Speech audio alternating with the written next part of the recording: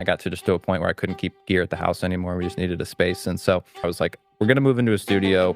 Part of the studio is going to be dedicated to podcasting. I started it again with not the intent that it would be what it is today. It wasn't even really until our second year that we were, starting to do some notable numbers.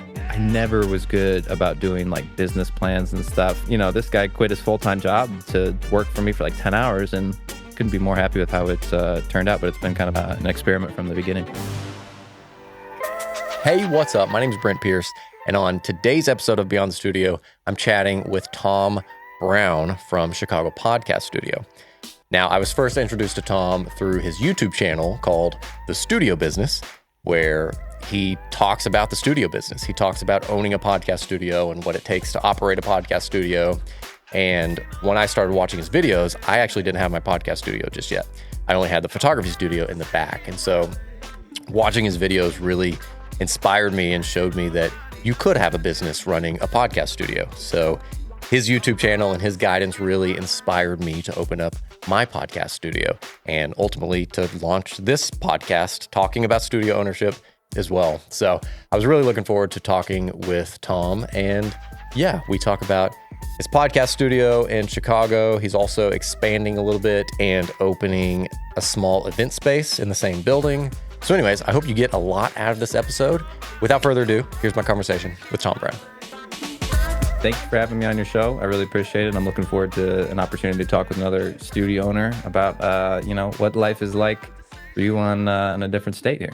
Yeah, we're in the same time zone, which is always good because whenever you're exchanging emails with people in a different state, you always have to say your time zone. But you're in Chicago, I'm in Texas. We're both central time zones, so we got that out of the way. And it's great that we're doing this virtual call here, but we are in our own studios. And so we're looking off camera. So this is kind of a fun little experiment here. Well, it actually works out because usually we have to try to like put the TV and the camera like right in front of each other type thing. And so it's actually a nice way to look at the TV and kind of, more or less look at you directly here opposed to the camera. So I'm glad we did this. And this is an interesting way to do it. I'm sure in the edit, it looks a little bit more real. Exactly. So first off, I'm a big fan of your YouTube channel. Thank you. When I was first I didn't even have this podcast studio. I just had my photography studio. And then I stumbled upon your YouTube channel, and you talk a lot about opening up your podcast studio. And you even go into the numbers on what you charge and why you charge that and all that stuff. And so I really dug into all your YouTube videos and took a lot of that knowledge and implemented it into my studios. So I just want to start off by saying thank you for putting those resources out there. I know you've helped me, and I was even talking with somebody else on this show earlier this week, and they even brought up your name. They were like, yeah, Tom from YouTube, he gives a lot of tips and stuff. And I was like, I know the guy. He's coming in a few days, yada, yada. So your YouTube channel is great. We're definitely going to talk about that. I want to initially give a shout out to that. And also, you own Chicago Podcast Studio. Yes, sir. Give us the overview. What is Chicago Podcast Studio? Yeah.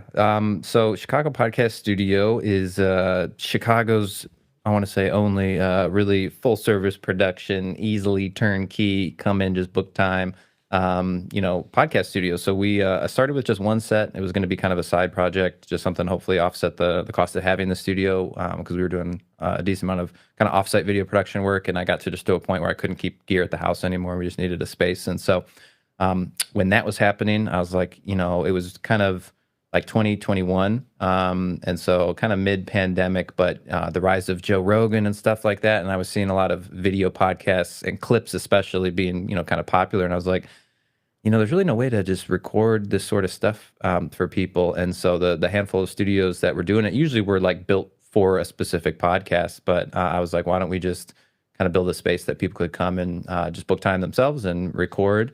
And then, that's kind of how it all started. And so we've been here for 3 years now. And throughout that time, I've kind of been uploading YouTube videos originally just to, document it for me, I guess, and just, hopefully help some people out. I'm a, big fan of this industry. I'm a big, entrepreneur at heart. And I obviously want to help support other entrepreneurs. And as we were saying before we, started here, we're, all in the same business, but we're not direct competitors. We're not taking food out of the other people's mouths. And so that's a great thing to have. And so I've tried to, with the YouTube channel, kind of just provide as much value as we can to people. And again, also just show, kind of what I've done, and not from a standpoint of like, look at here, but a lot of my early videos, I was quite clear that I was like, this is like a side project. Like, we're not making much money with doing this. And luckily, things have kind of shifted now. Like I said, we've been doing this 3 years, which is a good chunk of time, and learned a whole lot. Yeah, we're really starting to get to a point where, this is kind of becoming the main thing, and scaling things up. So, yeah, couldn't be more happy with how it's turned out, but it's been kind of an experiment from the beginning. Yeah. Yeah. And I think you and I have similar paths where I started as a video guy, and I'm obviously still a video guy, but like I was a video freelancer doing that. That got big enough to, like you said, where all of a sudden I couldn't store gear in my spare bedroom. I had to kind of expand a little bit, and I even expanded my team a little bit. And then into now where I opened up a studio for my needs, but also to rent it out to other people. And so I think you and I are kind of similar paths in that sense. And there's probably tons of other people out there who are and I actually talk to a lot of people from time to time who are on a similar path where they're a freelance videographer and they are wanting to take the plunge into opening up a studio, right? And it's a big endeavor. It costs a lot of money. It's a big step in your entrepreneurial journey. Mm-hmm. Do you have like a quick piece of advice for somebody who's wanting to take that step and open up a studio? Quick, I don't know about that, but I have advice. And the short of it, I think this business works well for people that came from it, from a marketing media background. For people that already have knowledge on how cameras work, how to sell these sorts of services, what people like, what people don't like, how to just make things look good. I think that makes more sense. We've seen people come into the space that see it more as just like a unique business angle and don't have any background. And we've had some people be successful with that, but I think that it's an easier complementary business, especially at the beginning, for people that kind of came into it like we did, with a background doing video work, or already had a studio of some sorts, or were doing marketing. That would be number one. But possible to do it if you don't have a background in it. Two, you said it's expensive and stuff like that. I have a decent amount of people that have hit me up, about fundraising and stuff like that. And I usually kind of discourage people from doing that. I think this business, while I guess relatively expensive in the grand scheme of starting a business, is relatively inexpensive. I think for not a whole lot of money, you could put a lease together, enough equipment for a single set or two, and still not money that maybe everybody has kind of lying around. But again, that's where it's like, if you already run a video company, it's like you probably have some of the stuff sitting around, and you could put it together a little bit easier. So I kind of discourage the funding route, and I guess it depends on where you get it from. If it's friends and family, okay, but that's a whole nother conversation about going down that road. But I'd say you can start small. I think I started it again with not the intent that it would be what it is today, originally. And so I think you can start off small and kind of work your way up, would be a second set of advice there. And again, I probably have even more, but I think a lot of people also get into this because maybe people like myself have made it, I don't want to say seem easy, but that it's, I've kind of broken it down for people, and I think there's plenty of people on the internet that are looking for the next hustle, and I've made it seem like a pretty solid one. And I think for the right people, and for people that are focused on, business and are, real G's, will do okay with it. But there are plenty of people that I think, see things and kind of it's a build it when they will come type thing, and they can handle the creative aspect of it, put in cameras and stuff like that together, and a good looking space, but struggle with some of the back end business stuff, or just have an unrealistic expectation about how quickly the space is going to be booked up and slammed and stuff like that. And I've tried to be transparent about kind of how we ramped up, and it wasn't even really into our second year that we were starting to do some notable numbers. So yeah, for sure. Yeah, and that quote, "If you build it, they will come." I feel like I bring that up a lot because that's actually not true, right? And a lot of things it might be true, where if you build it, they will come. But it definitely takes more than just simply building the studio. And so when Absolutely. y'all first built it, did you kind of immediately see a little bit of interest? Like, how did you find your first clients? Um, yeah, honestly, that's been a theme of this business is that the organic growth of it has seemed to be a little bit higher.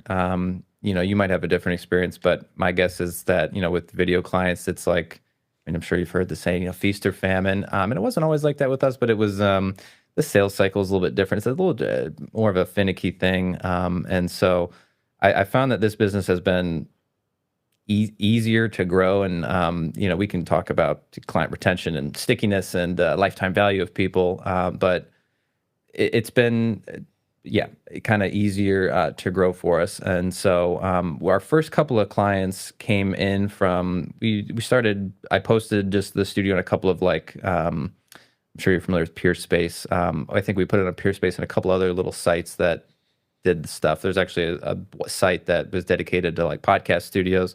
They're still around, but I don't think that they do too much with that page anymore or that website. But we had a couple of people come through off that. And so our first guy, he was like our first group was someone that wanted to, they were basically putting together like a pitch deck for some business, essentially like an events business, not like a Coachella, but some sort of like yoga retreat type thing. And they're like, yeah, we just wanted to come in and, talk about this and we'll edit it up and, kind of show it to investors. I was like, okay, they didn't have a podcast name. They were just like the first use of our podcast studio was not a podcast at all, basically. Yeah. And so that was interesting. Then we had another guy come in. He was, kind of an influencer, an internet character. And, he did a bunch of funny skits, reels and stuff like that. But, he had been doing his own podcast at home, self-producing. And he was like, dude, I just got so sick of it. Like, we had one time where I just, the classic forgot to record. And he's like, we blew through an hour and a half. He's like, I'm never doing this again. I think we could do it better, have it look better, and just be a better experience somewhere else. And so, got him as a client. We still work with him. And, just kind of over time, it was fun where I feel like with video stuff, the amount of like hot leads that came in and we're just ready to buy was like so, few. It just didn't happen really. But with this business, our website luckily seemed to perform well enough, and like people would just start coming. And then obviously we did well with the name of it, Chicago Podcast Studio. Yep. If you're looking for a podcast studio in Chicago, you won't miss us. So, I think that there was already a built up demand basically, and so while we didn't come out the gates absolutely swinging, it didn't seem as difficult to promote it or kind of like explain what it is to people. It seems like people were pretty quick to pick it up. And then, yeah, luckily it's a pretty sticky business. So ideally, if you do a good job with them, they'll continue to come back and work with you. Yeah, for sure. Yeah, and we get a lot of people that come and they don't have a podcast yet. All they have is an idea, right? And Yeah. I think we've all been there. And so they'll come. Do you like kind of what's the percentage of people that come to you who already have a show? They just want to take it to the next level by having professional cameras, professional lighting, a professional set, versus how many people just come in completely new? They just have an idea and they want you to take it from idea all the way to pressing publish.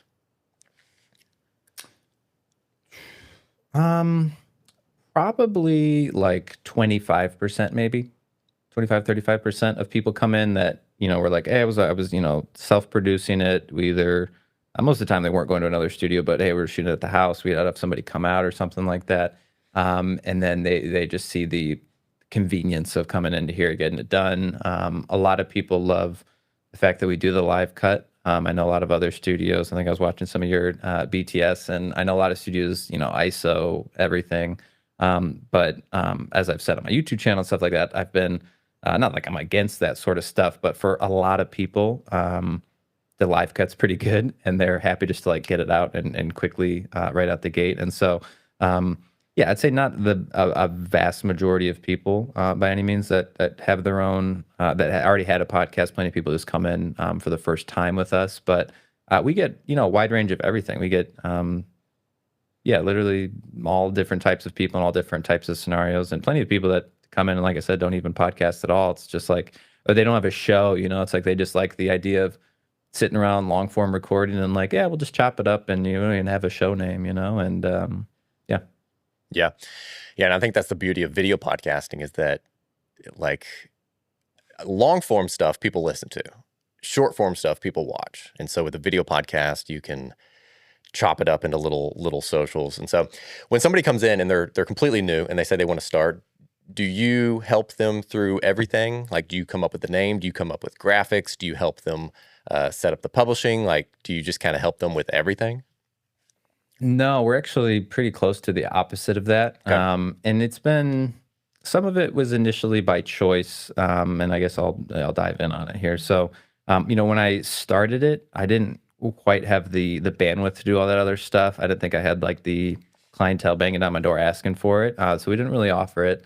And as time went on, I think I learned to enjoy the quick transaction of it. You coming from the video business, understand how much, again, just the life cycle of a client or a project can be sometimes drawn out, and there's ups and downs, and phone calls before the thing, all this sort of stuff, editing, revisions, and like finishing the project. I don't know how you bill, but like I got so sick of that, and so I loved that this business was kind of like, boom, come in, you book the time, you prepay. I don't have to like worry about invoicing you or worry about completing the work. Even it's like pay up front.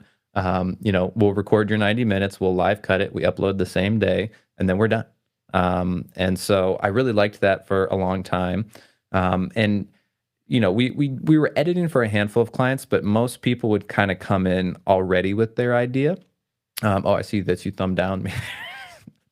It's doing, Riverside is doing these automatic thumbs. It's wild. Riverside does not like that. I'm not seeing it on my end, so it just must be you're not? Okay. Something over there. It was too funny.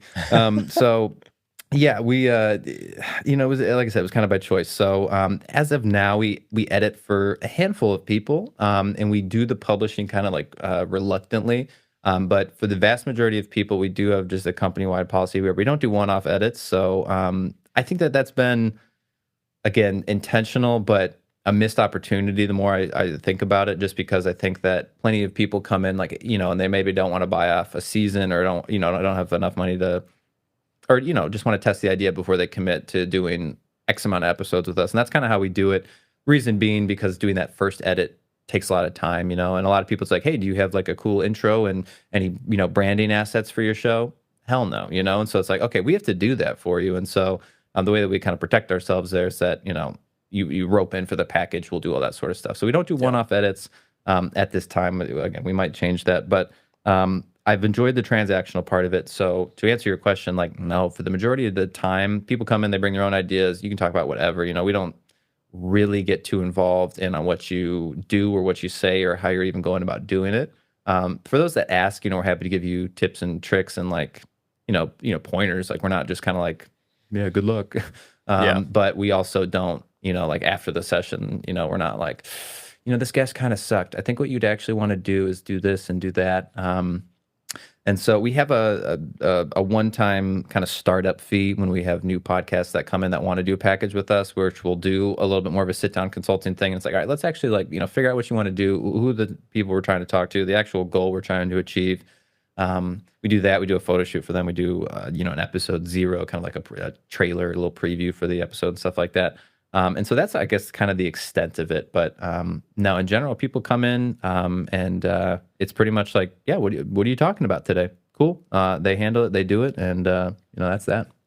Yeah. Yeah. And it's funny, you mentioned like video production projects for like commercial video production companies. Like, you're right. They're long, sometimes like 2 to 3 month projects, and you're dealing with thousands of dollars.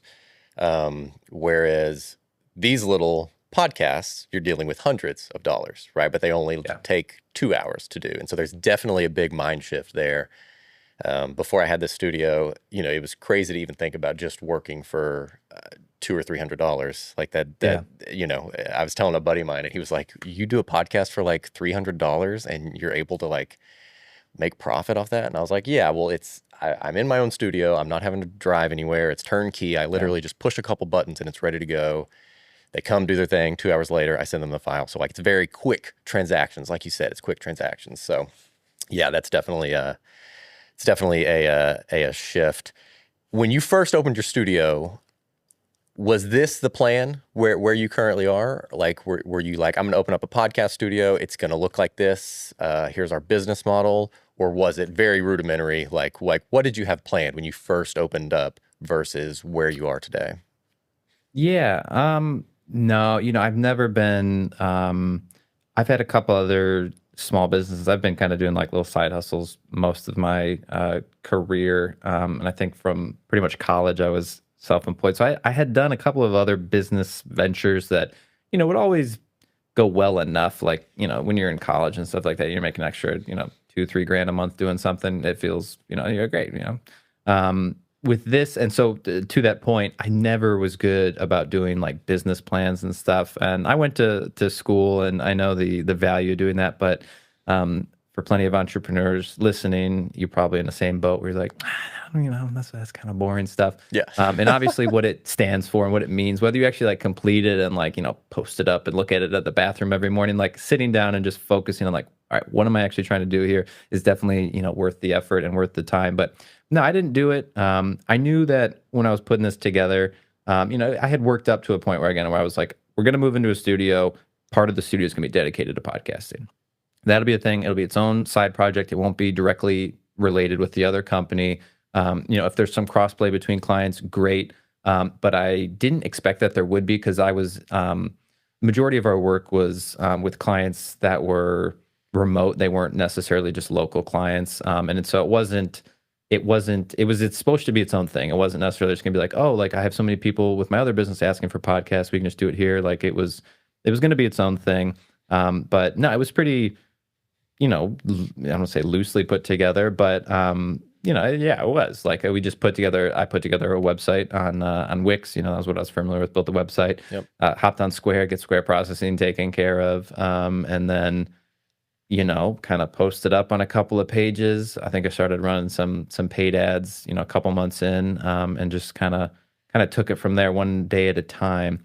And you said, to where I am now. So yeah, again, that was 3 years ago. And so over the last 3 years, the studio's been, increasingly popular. We're doing a whole lot more sessions now.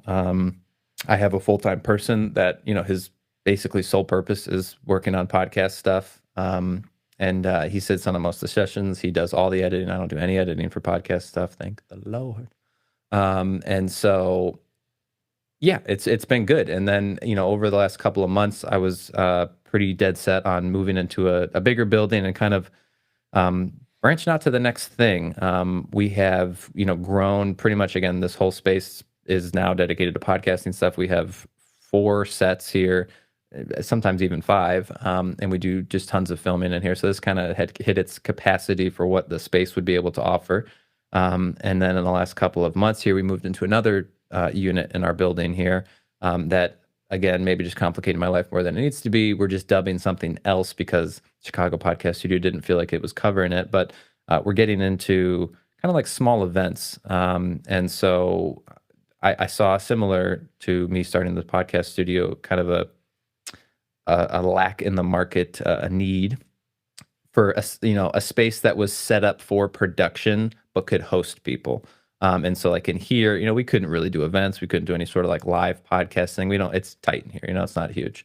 But I was like, I bet there'd be people that would want to do, some sort of workshop or host like some sort of seminar, and they're coaches, and, they want to charge people to come and be there in person, but they obviously want to record all the stuff that's going on too. And again, going back to, working in the video business, like, that's fairly common. People rent out, halls at hotels.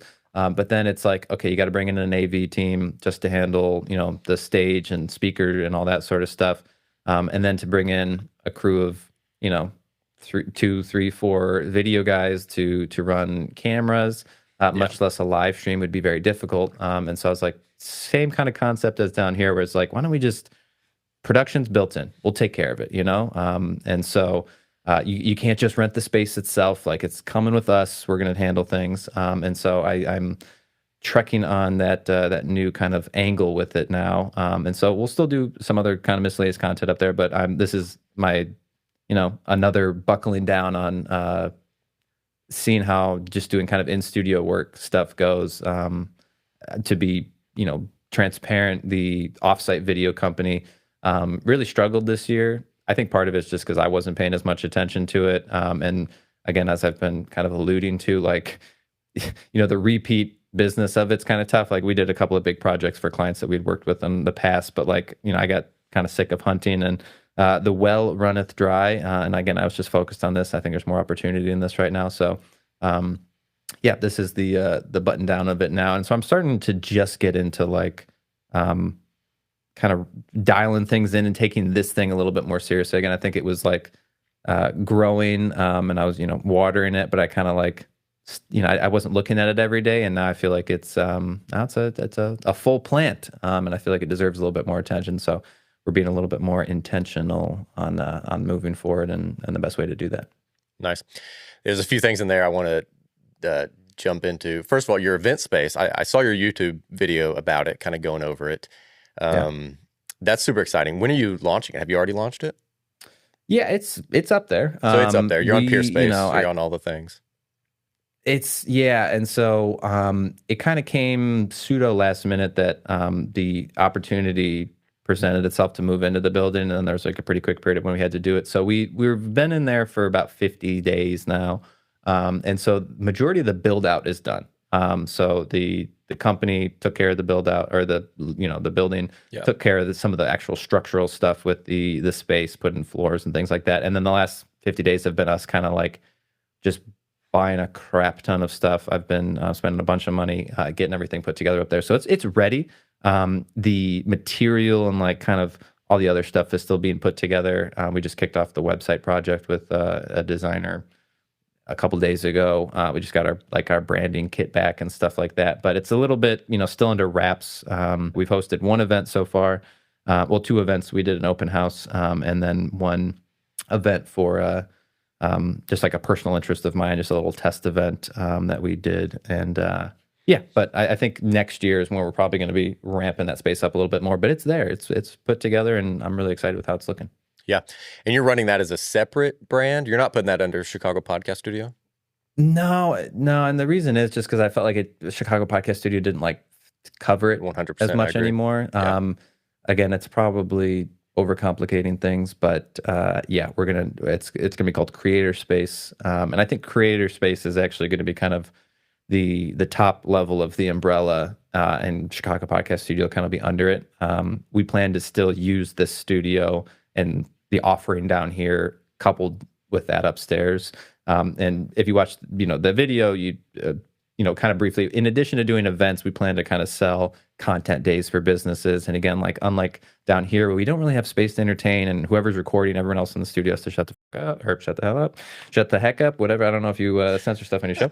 But we just didn't have the space to like entertain people. And we started working with a couple of bigger businesses that it's like, people have always come in here and it's like, oh, it's a cool spot, but it doesn't scream like, over the top professionalism. And so with upstairs, now we can host people upstairs. We could record upstairs. We could record downstairs simultaneously. And we were better at like a better space to get more done and entertain better. So in addition to doing, kind of events like that, we do plan to kind of sell content days. Again, if you want to just take the raw files, great. If you want to have us edit it, even better. But it'll be something different. I think we'll end up playing in the same space. People will probably be confused as to why there are two different businesses, but we'll cross that road when we get there. Yeah, exactly. So I want to back up. Inova Digital, there's a quote that comes to mind, like, the grass isn't necessarily greener on the other side, but the grass is greener where you water it. And so I kind of fall into the same balance of all my time is going towards the studio lately. And so my commercial video production has been suffering a little bit, right? Like that, that company has been suffering a little bit because all my time and all my effort and all my energy is going into this brand, which is the studio. Yeah. How do you find that balance? And I think this past year, it sounds like Inova Digital might have slowed down a little bit. Are you planning on like ramping up Inova Digital back to where everything is going full speed? Are you planning on setting that company to sail? Like, kind of what's your vision with that? Yeah.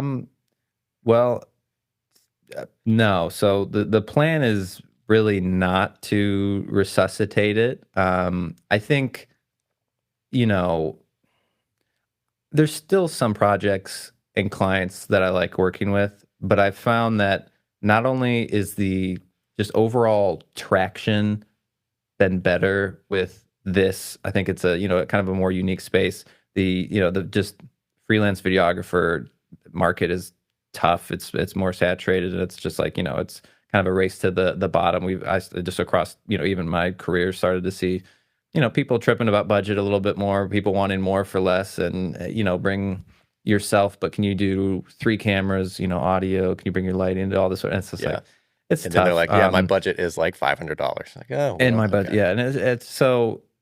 I think I over time got a little just disinterested with pursuing that sort of stuff as much. Just from a business standpoint, there's still a couple of projects and a couple of clients that, like if they want to do it, we're gonna go. And I still think it's probably good to keep those skills sharp. But no, the in general, the plan is to not again CPR it back to life, and let it kind of do whatever it's going to do. If stuff comes on my lap, great. But I'm trying to go definitely more full in on creator space, especially because I think that there's just from a scalability and a price point perspective, more opportunity there.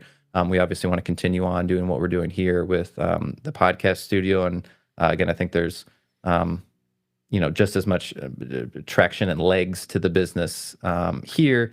And then, again, speaking of just being in too many places at once, we're spend a decent amount of time and effort, and I want to do even more to push for the studio business, not only our community, but the YouTube channel in general. I want to take the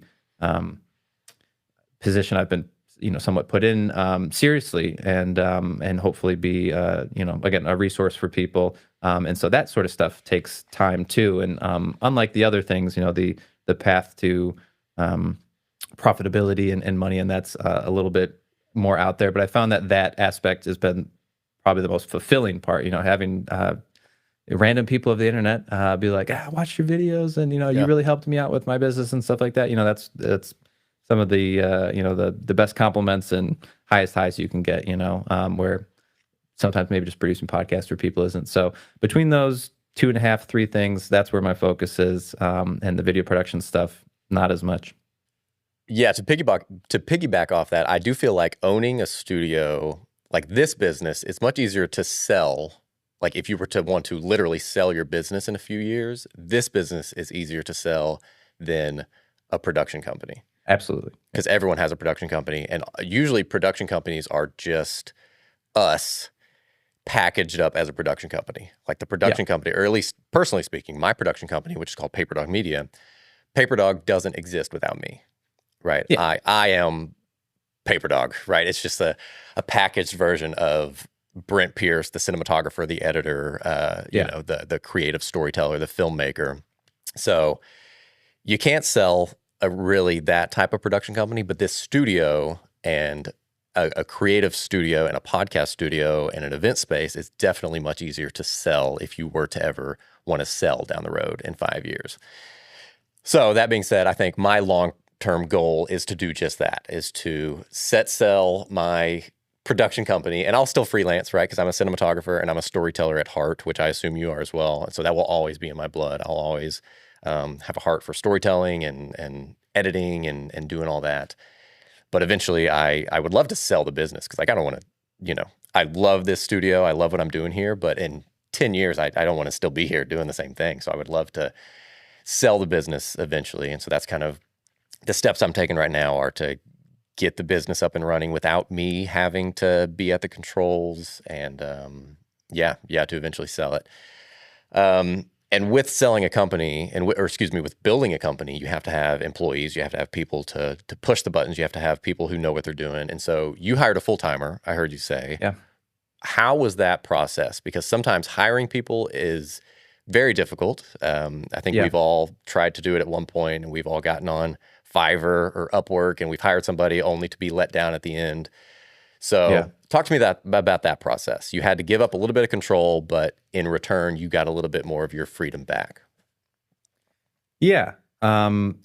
So, it's a interesting story, but real quickly, it might kind of help set the tone for the employee side of stuff, where it's like with the video stuff, like you said, you're very much that person. And so let's say you hired a second shooter, someone to help out with, like when you're not there, you probably wouldn't feel comfortable sending your number two out to like complete the job the same way. And it's usually with that business a direct reflection of your artistry, your expertise doing stuff. And so it's like, yeah, you're kind of that pivotal thing where the studio, it's like the stuff's all here. Like you just need to like click the buttons. We already did all the work. And so just from the easeability of hiring someone, it's like, just do what I do. Here's how it works. It's not a good relation to McDonald's, but it's like it's like, look, you just put the burger and you make it and then you put it in and there it is.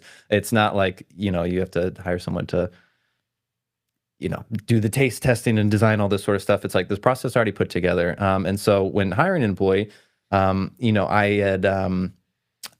unlike you, don't really like editing. I've done my time with it.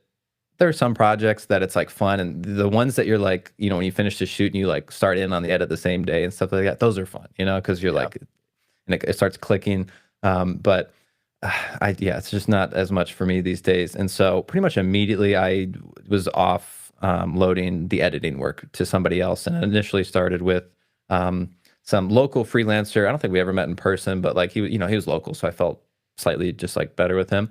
And he was fine, for the handful of sessions that we had that people were editing. But it was like still expensive enough, and I felt like he was taking a little too much time on some of these edits. And so anyway, the studio was doing well enough. And in addition to the studio, I was at a point where I would have liked an extra set of hands, maybe not a second shooter, but like someone, because I was still doing a good chunk of offsite video stuff. And I was like, someone just to help like load the car and unload the car and just be a second person, not only to help me, but to, frankly, charge more to the client, right? It's like, I could come out and do this sort of stuff. He's not bringing as much to the table as I am, but like it's all my gear and all this sort of stuff. But like, two people are coming out. And if they're paying X amount of dollars, they like to see that sort of stuff. So he was dual purpose initially. He was going to take care of the studio or, a handful of sessions that we were doing at the time, as well as help out with the video company. And so I found him, I found people this way before.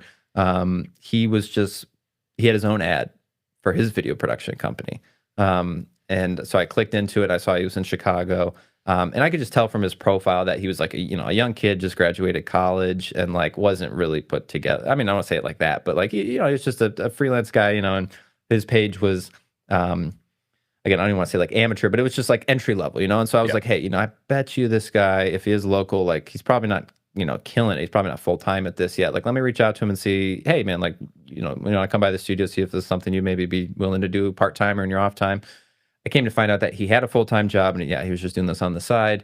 And so I told him like, oh, that's tough. Like, honestly, I'm kind of looking for someone just part-time now. Like, I could probably give you like 10 hours guaranteed, but like, that's not enough, man. So, thanks for coming out for the interview, all that sort of stuff. And he's like, no, if you can give me 10 hours, I'll quit my full-time job. Cause like, I hate it. And this looks like a lot more fun.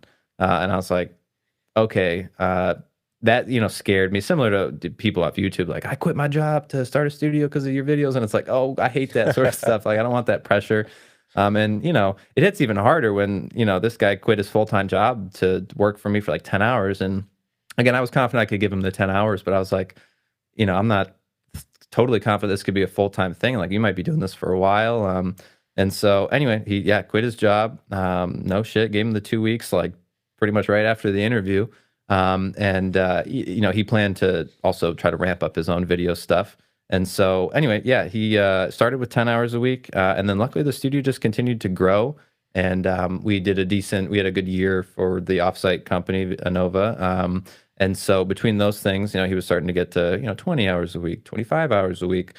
And then towards the end of the year last year, I was like, how you feeling about stuff? Like, do you want a full-time offer? Do you still, because again, he was trying to kind of build up his own video production business too. And, I think it had gone well enough, but same kind of thing as what I said at the beginning. It's like, it's tough, man. Like it's, sometimes people think that like, you come out the gates absolutely swinging, and he had gotten a couple of jobs, but he wasn't like killing it. And so he's like, yeah, I'll take a full-time offer if you can do it.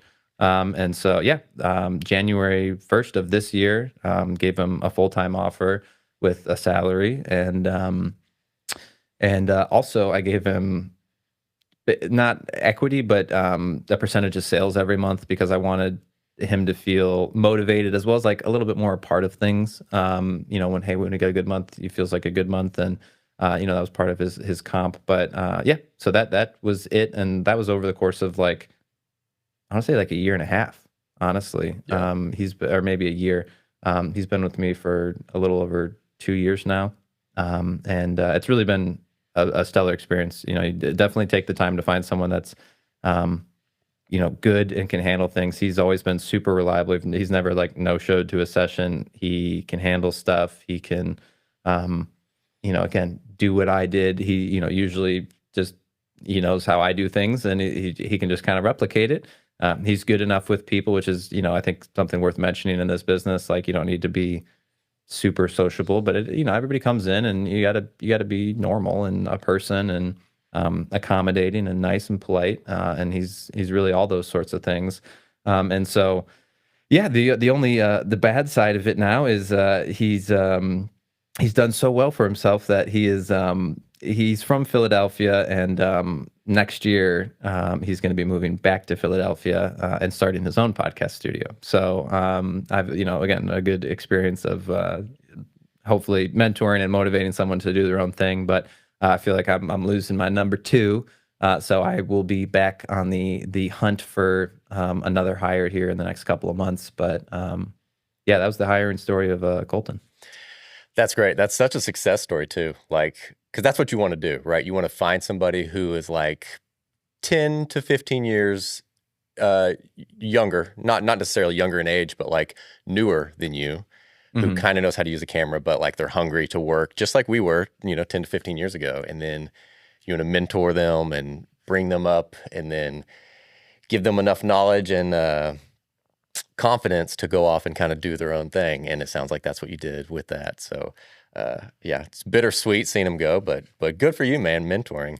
And that kind of ties into my next thing, which is like you run the studio business online, which is so much Yeah. more than just a YouTube channel now. I think Yeah. it started out as a YouTube channel where you're similar to this project of Beyond the Studio, where you're investing in people who are also doing what you do and kind of mentoring them. And now it's kind of a whole community.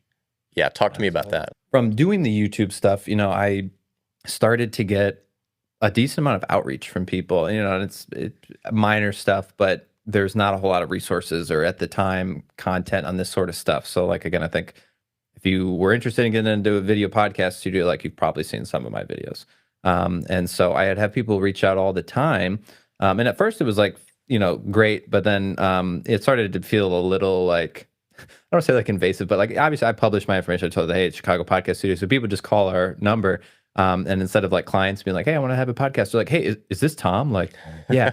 Hey, my ATEM is doing this weird thing. Like, so what would you do with this? And I'm just like, okay, I don't want to be like kind of fielding these calls all the time.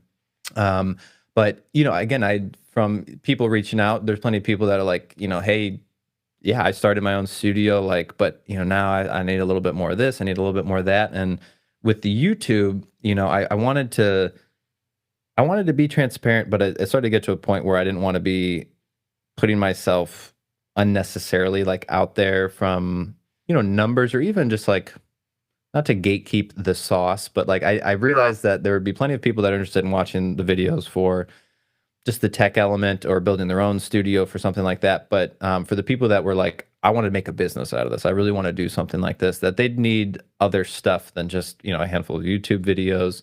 And I felt like there was enough kind of demand. A couple of people within the industry I'd talked to, as well as, plenty of people that are like, how can I basically like tap in with you more? It was like, why don't we just put together some sort of thing that people could, use and be a part of and kind of network.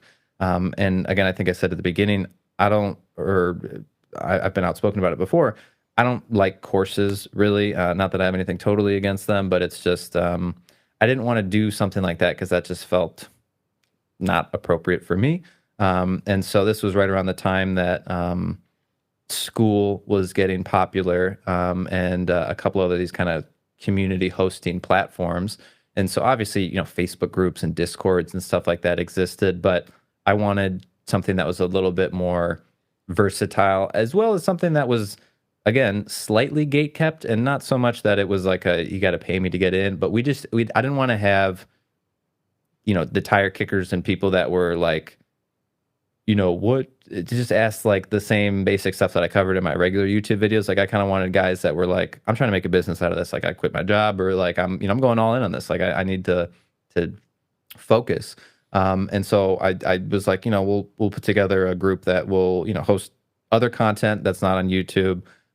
We post stuff all the time, but I really wanted it to be, it seems like a cliche term, community, right? But like, I wanted it to be that because I didn't want to be the sole person of information. Like I didn't want everyone just like, I'm standing up on stage and like, all right, Tom, what do you do for this? Like I wanted to just foster an environment where people could talk to each other and help each other out and educate each other. It was, it was kind of a, don't want to be the smartest person in the room. I just want to get everybody into the room. I want to be the guy that booked the room, and hopefully people can kind of help each other out. Obviously I'm, the biggest provider of stuff in the group, but the goal by doing it that way was that people could, talk amongst each other, help each other out, offer up their own input. Cause it's like, guys, I only have my experience with our studio and how things work. And you're only going to get kind of biased information by me being the sole provider of it. And so that was, again, the impetus for doing the community.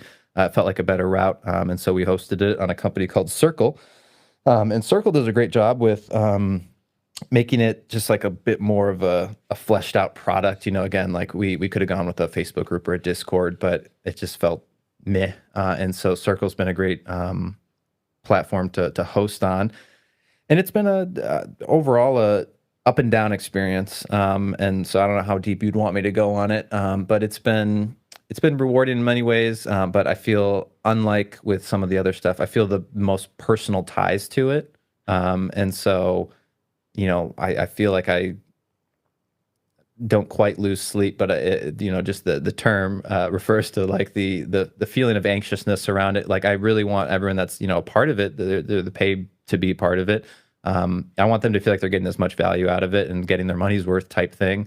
And we've had obviously people come in and go, and sometimes it's been tough to get proper feedback from people and things. And so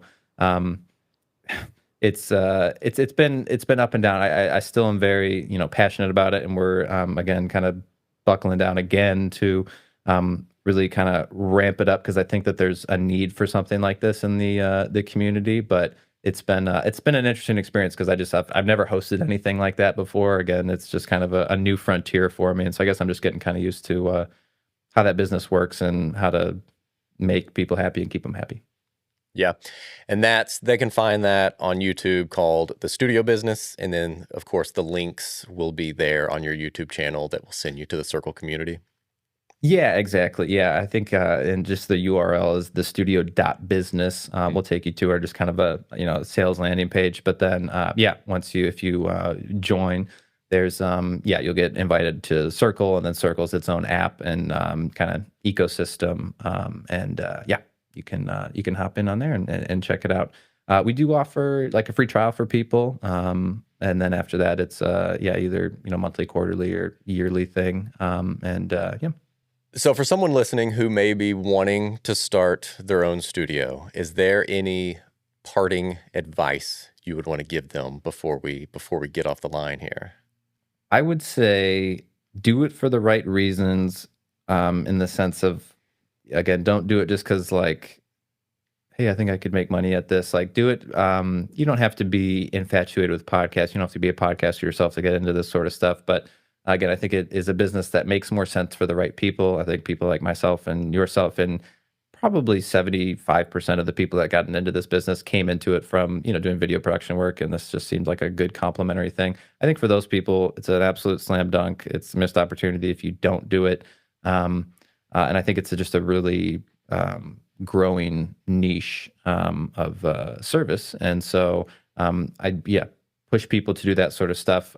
For people that are, again, not coming to it from that sort of background, don't have the money and are like trying to, take out a bank loan and, learn about cameras and stuff like that, I'm a little less, um, a little, I want to say discouraged, but, I'm a little less a fan of that, just because, I want to see people succeed. I don't want people to put themselves in a bad position. And again, I think the bones of this business are great, but it is very much a small business for a lot of people. And, even for us, it's now to the point where there's enough, food on the table, but, plenty of people, it's still like a couple $1,000s a month, usually sub $10,000 a month that they're bringing in off it. And you just have to be realistic about, what that means for you. And again, like, I think if you're going to spend a good chunk on a build out, and try to feed yourself too, and make this your sole income, you got a decent amount of work to do to get to a point where, it's a feasible in that sense. Yeah.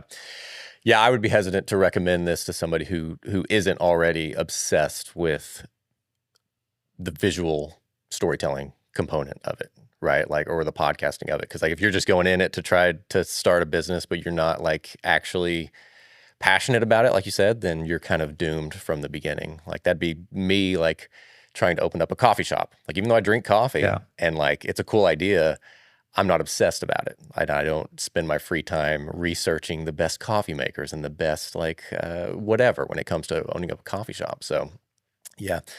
And also like be prepared to work hard at it. Like, obviously it sounds silly to tell somebody to work hard, but like you have to give it your all. If you just kind of open it and like kind of sprinkle some water on it occasionally, to use that analogy again, then it will not succeed and it will stress you out and you'll be like, well, why is this not working? So, and I think I realized that like a few years ago when I was kind of doing my own businesses, I was like, it came to a point where I was like, I just have to give this my all. This isn't like a weekend project anymore. This is, 50, 60 hours a week. And so I'm going to invest all my time, all my energy, all my emotion into this. And the studio is the exact same way. If you were to open up a studio and just go about it willy-nilly, I think you will fail pretty quickly. So for anyone who's wanting to open up a studio, just, fully commit to putting your all into it. And that's any business, I'd say. I mean, it's like, again, for people that haven't done something else, again, that's why at least if you've done a business before, like we have a guy in our community now that, came into it from a marketing background. He knows enough about cameras and stuff, but he wasn't like a huge camera guy. But he just knows about sales and marketing and what people want, and has kind of come out the gates swinging just because he's been able to, see what everyone else did, build the studio, take care of that kind of easy bit. But then the hard bit, actually closing clients and getting some money, where a lot of people struggle because it's like, they can handle all the other stuff, but then like the boring, business stuff of actually doing the work, and trying. People struggle with, but he's done super well, and that. So yeah, I mean, that's advice for anyone. Just whatever you're going to do, especially if it is a business, realize it is going to be tough, and to take it very seriously, and do a lot of the not so fun stuff. I think with plenty of things, and it's a good relation to podcasts too. People love coming out to do the show, and then they will, do a shitty job with posting it, marketing it, trying to find guests that are actually influential and, useful for the show. It's like, oh, here's my cousin again. And so, what are you doing? So I think that's a good lesson in general. It's like, just be serious about it. It's just like any other business. You got to be all in. Yeah. Well, good stuff. Tom, thanks again for coming on the show. Brent, I appreciate you having me, dude. I know when we set this up, I told you I was going to try to interview you too, and I feel like I didn't do any of it, man. I'm sorry, but I want to maybe not to derail at the end here, but how has kind of your experience been in general? So it seems like you're focusing on this a little bit more. And so you've been doing the podcast stuff a little over a year now, or you said 3 years, but I assume that was the studio in general. Like when did you start doing the podcast element? Yeah, so we opened the studio as a video production and photography studio initially, and that was 2 years ago. 2 years, okay. 2 years ago for that, I was all in on photography and video part of it, and then again, I had my commercial video production. But then that part slowed down. It was very convenient. Like right after I signed my lease here, I did the build out and everything. All my clients just kind of went quiet. All my commercial video clients went quiet, and I was like, oh my gosh. So I had four full-timers all on salary at the time. So that's five Wow. of us, including me, that were all on salary. And then all of a sudden my budget was way down and I had this new studio over my head, which is a pretty expensive place. Yeah. And so unfortunately I had to let my full-timers go. I kept my producer on as a part-timer, and she still helps me to this day, Taylor, who was a part of some of those emails between us. Okay. And anyways, about a year after opening, this front space was no longer used as an editing bay. So I was like, okay, podcasting's big. I love podcasts. I listen to podcasts all the time. I obviously have the experience and the technical know-how to produce and shoot podcasts. So I might as well convert this into a podcast studio. Of course, with the help of your YouTube videos, I saw that it could actually be a business, that somebody up in Chicago named Tom is making money doing off this. Then why can't I do it? And so I pivoted and created a podcast studio that is kind of a room right over there that I'm pointing at. And it's kind of, there's a table and it was one set and we saw success there. So then we opened up this living room set and we've been going ever since. And I think the next step for me, the next year, is just to buckle down and keep doing what we're doing, right? And keep investing in what we're doing. I feel like a lot of times I try to reinvent something or I try to come up with a new business plan within my business. I'm like, oh, we're going to change this and we're going to do this completely different and see if that gets traction. But I'm seeing that what we're doing is already getting a little bit of traction. So I'm just going to invest more heavily next year into what we're already doing good at, right? So we're going to invest more in Facebook ads. I'm going to get better at Facebook ads. I'm going to bring somebody in to cover the podcasting so I can free up my time to build the brand and do all that stuff. So yeah, anyways, that's kind of what we do here. And overall, it's been great. Like I love what I do. I love storytelling. I love helping people achieve their vision, whether that's a podcast or a photo shoot or whatever. And so I'm in a position now where I have a studio and I can offer to people. It's great. Yeah, I love it. It's definitely doesn't come without its stresses, of course, as you know. Sure. There's a big financial burden over my head now. Yeah. Well, it's not three salaries though, probably. So that's true. It's not as expensive as those additional Once it was, salaries, but still we again, this is kind of getting real deep into it, but like there were a few months where I was thinking about I was going to have to close the studio because I was like every month the first of the month rolls around and I may or may not have enough cash in there to cover the rent, to cover payroll, to do all the things. So there were a few dark months there. Yeah. Luckily, we're on the other side, and I can really focus on building the business because I have a little bit of a safety net of cash there. So yeah. Anyways, that's all fun stuff that comes with the business. Yeah. Well, so, I appreciate you saying nice things about, the YouTube channel and stuff like that. I think you're probably at a point now where, there's probably other stuff that would be of interest to you and things that are, deeper that I don't really like covering there. And so if you don't mind, what are some things that I guess you'd like to see more content on? What can I do to kind of help support you? Maybe not just with your, studio, but just with, stuff that would be helpful. Because again, we're obviously now in the business of not only growing our business, but teaching others how to grow their business. And so again, I can only kind of give people my 2 cents on what we've done. But what would you like to see? What would be impactful for you?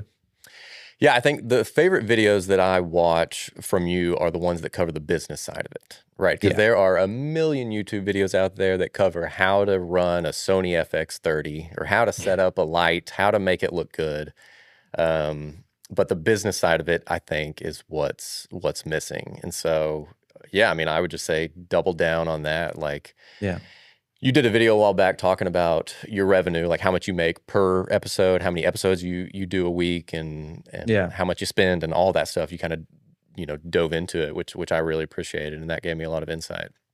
I also love one thing that we actually didn't cover when I was asking you questions was and I feel like I didn't have to cover it because you cover it very well in your YouTube videos, is the set design of your podcast sets.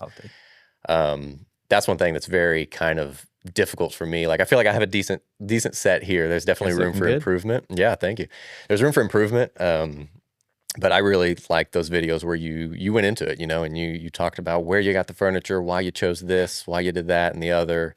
Yeah, and it kind of got me started with this. And this was all stuff that I already had. Like I didn't even have to buy anything new, which I think is Nice. a good lesson as well. Just use what you got, put it Yeah. together, and then you'll see what you're missing, right? Then you'll be able to spend money on new chairs or a new backdrop or new plants or like whatever. But initially, Yeah. use what you have. Yeah. Our original set was a hodgepodgery of cameras that I no longer used, but were from previous things. It was like lights that we kind of just had sitting around. And it was very, our original set was pretty boring. Like yeah, there wasn't too much to it. It was only once things started kicking a little bit more that it felt wise to venture into other sets and stuff like that. But I appreciate you saying that. I don't think that I'm exceptionally good at doing stuff, although it's been funny, again, just by, I think, people stumbling across me so easily these days. We'll see it across plenty of other studios where I'm like, oh, those are little design cues Yep. from like, or like that's, basically exactly our set. And so, I'm happy with that. And I don't think that I appreciate you saying nice things about it. I feel like I'm always just kind of like, does that look good? I don't know. I'll show my fiance. I'm like, do you like this? She usually says no. But any sort of home goods decor stuff is definitely her. Yeah, we just tried to hit a couple of different looks and styles. And yeah, if you got the space for it, do it. But again, only when the income allows and shows some additional traction. I hesitate. Again, another bit of advice is like, don't start out doing 4 different sets. You'll run out of money, So Yeah. make one that looks really good and is versatile. And yeah, Yeah. Use what you have and use the money that you have. Don't use money that exactly. you don't have. Don't run There up you go. credit card debt by building these amazing sets that nobody's going to use. Yeah, Do one set and make it as good as you can with what you got. And then once you book it out a few times, you'll have a little bit of cash. You can upgrade it, yada, yada, yada. And then here you are with 4 sets and upgrading to another space. And yeah. Oh yes. Well, cool. How can people find you on the interwebs? Yeah. So I guess it depends on what you'd like to follow us for, but you can follow our studio at Chicago Podcast Studio on Instagram or chicagopodcast.studio for the website. If you are in the studio business, you should get in our studio business. You can go to either our YouTube channel, The Studio Business, or thestudio.business as our website. And yeah, try out our community there. We'd love to have you. Yeah, you can obviously reach out to me personally if you can find where my email is ever. Well, cool. Thanks again, Tom, for coming on.